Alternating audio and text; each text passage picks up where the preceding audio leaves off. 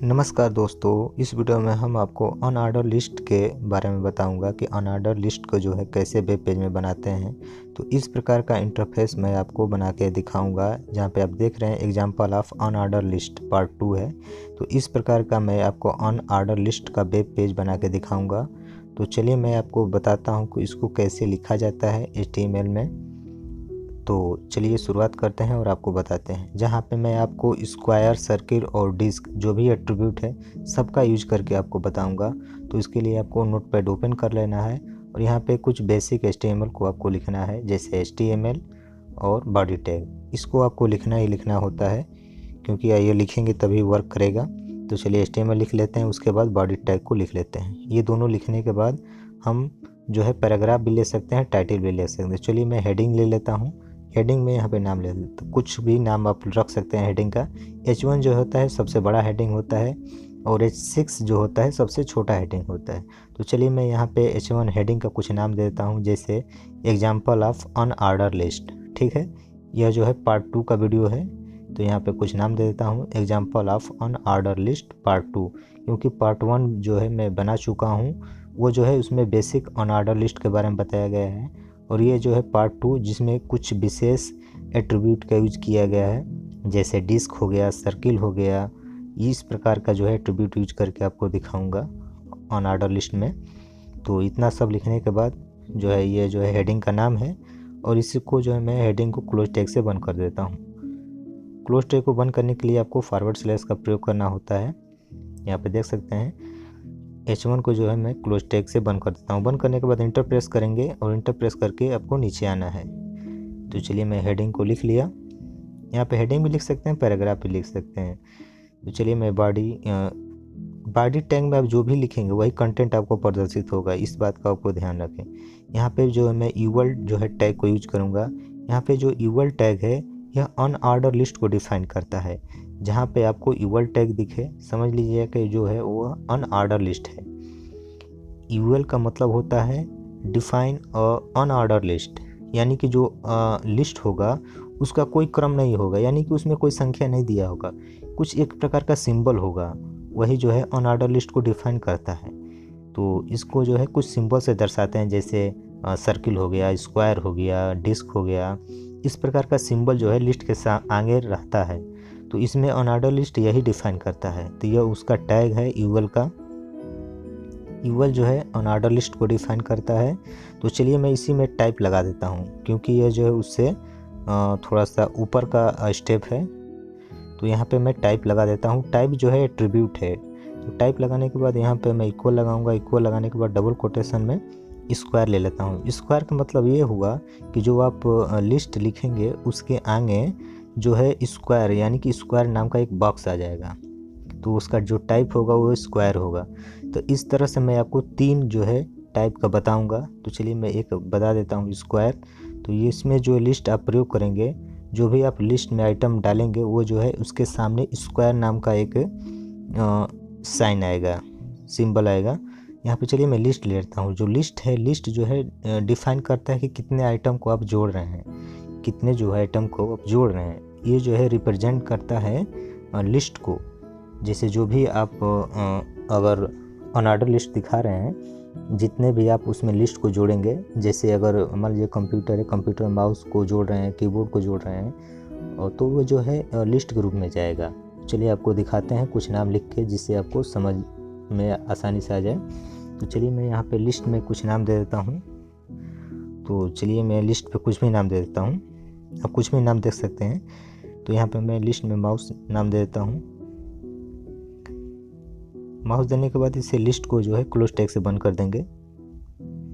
मैं 2 ही लिस्ट लेता हूँ, एक माउस ले लेता हूँ, एक और लिस्ट ले लेता हूँ।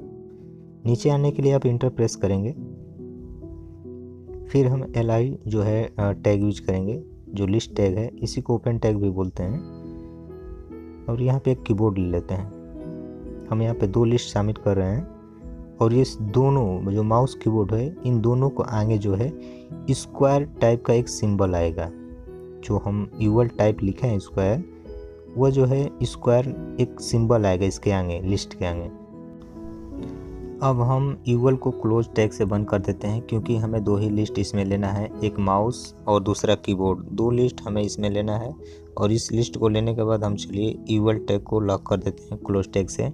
क्लोज टैग से लॉक करने के लिए आपको फॉरवर्ड स्लैश का प्रयोग करना होता है। चलिए मैं अगला एट्रीब्यूट के बारे में बता देता हूँ। अगला एट्रीब्यूट मैं यूज करूँगा वो है सर्किल, क्योंकि जो भी आप लिस्ट प्रयोग करेंगे उसके आगे सर्किल आएगा सिंबल। तो चलिए मैं यहाँ पे यूएल टाइप में सर्किल ले लेता हूँ। तो यूएल लिखेंगे, यूएल लिखने के बाद टाइप लिखेंगे। जो टाइप होगा वो एट्रीब्यूट है, जो यहाँ पे टाइप हम लिखेंगे वो एट्रीब्यूट है। टाइप लिखने के बाद इक्वल लगाने के बाद डबल कोटेशन में हम यहाँ पे सर्किल लिख लेंगे, क्योंकि जो यहाँ टाइप में लिखेंगे एट्रीब्यूट वही जो है प्रदर्शित होगा लिस्ट के आगे। हम यहाँ पे सर्किल लिखते हैं। हम आपको 3 जो है टाइप को बताएंगे। तो यहाँ पे मैं सर्किल ले लिया। सर्किल लेने के बाद लास्ट में डबल कोटेशन से बंद कर देंगे। यहाँ पे जो है हमारा देख रहे हैं टाइप जो है वो क्या है, सर्किल है। यहाँ पे जो भी हम अगर लिस्ट लेंगे उसके आगे सिंबल जो होगा वो सर्किल का बन कर आएगा ऑन ऑर्डर लिस्ट में। तो चलिए जो है आपको जो है इसे बंद कर देता हूँ क्लोज टैग से। यहाँ पे जो है क्लोज वाला टैग लगा देंगे। लगाने के बाद जो है हम लिस्ट लेंगे, क्योंकि लिस्ट जो है आइटम को जोड़ता है, कितना जो है हमें इसमें लिस्ट को जोड़ना है। जो भी आप नाम देंगे उसी नाम के आगे सर्किल बनकर आएगा सिंबल। तो चलिए मैं लिस्ट ले लेता हूँ। इसमें भी मैं 2 लिस्ट शामिल कर लेता हूँ। तो जो पहला जो है मैं लिख लेता हूँ SRAM लिख लेता हूँ, यानी कि स्टैटिक रैम, और दूसरा मैं डायनेमिक रैम लिख लेता हूँ। तो चलिए पहले में जो है SRAM लिख लेते हैं और इसे भी क्लोज टैग से बंद कर देते हैं।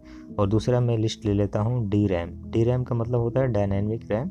आप कुछ भी नाम दे सकते हैं लिस्ट के रूप में, मैं ये नाम दे देता हूँ। देने के बाद इसे भी क्लोज टैग से बंद कर देंगे। और यहाँ पे आप देखेंगे कि जो भी हम लिस्ट लिए हैं उसके आगे सर्किल का जो है सिंबल दिखेगा। तो चलिए इसे भी जो है यूएल को क्लोज टैग से बंद कर देते हैं। क्लोज टैग से बंद करने के बाद हमारा जो अगला स्टेप है वो एट्रीब्यूट का हम यूज करेंगे डिस्क वाला, क्योंकि स्क्वायर हो गया, सर्किल हो गया और एक और बचा है वो डिस्क वाला। तो चलिए मैं उसको भी टाइप को आपको दिखा देता हूँ, क्योंकि इसमें जो है मैं तीनों को कवर कर ले लिया हूँ। जो भी अनऑर्डर लिस्ट में टाइप होते हैं मैं सबको कवर किया हूँ। तो यहाँ यूएल लिखने के बाद आप देख सकते हैं स्क्वायर हो गया, यहाँ पे टाइप सर्किल हो गया और एक और बचा है डिस्क वाला, उसको भी मैं आपको दिखा देता हूँ टैग को। तो चलिए मैं पे यूएल लिखता हूँ, यूएल टाइप, यहाँ पे यूएल टाइप लिखते हैं और यहाँ पे डिस्क जो है सर्किल को ले लेते हैं। यूएल टाइप लिखेंगे और इक्वल प्रेस करके डबल कोटेशन में यहाँ पे डिस्क ले लेंगे। डिस्क में DISK। इसमें आपको एक बात ध्यान रखनी है कि इसमें जो है केस सेंसिटिव होता है, केस सेंसिटिव नहीं होता है, यानी कि जो भी आप केस अगर आप कैपिटल भी लिखें स्मॉल भी लिखें कोई इसमें दिक्कत नहीं होता है, आप किसी भी तरह लिख सकते हैं। तो चलिए मैं यहाँ पे दिखा देता हूँ। डिस्क जो है हमारा टाइप हो चुका है और मैं लिस्ट को शामिल करता हूँ। लिस्ट में आप जो भी नाम ले लेंगे वो चलेगा आपका। चलिए मैं कुछ नाम लेता हूँ SMPS, जिसका फुल फॉर्म होता है स्विच मोड पावर सप्लाई। इस लिस्ट को मैं क्लोज टैग से बंद कर देता हूँ और एक अगला लिस्ट एक और ले लेता हूँ। तो यहाँ पे भी चलिए कुछ नाम दे देता हूँ। जो भी आप लिस्ट का नाम देंगे कुछ भी दे सकते हैं।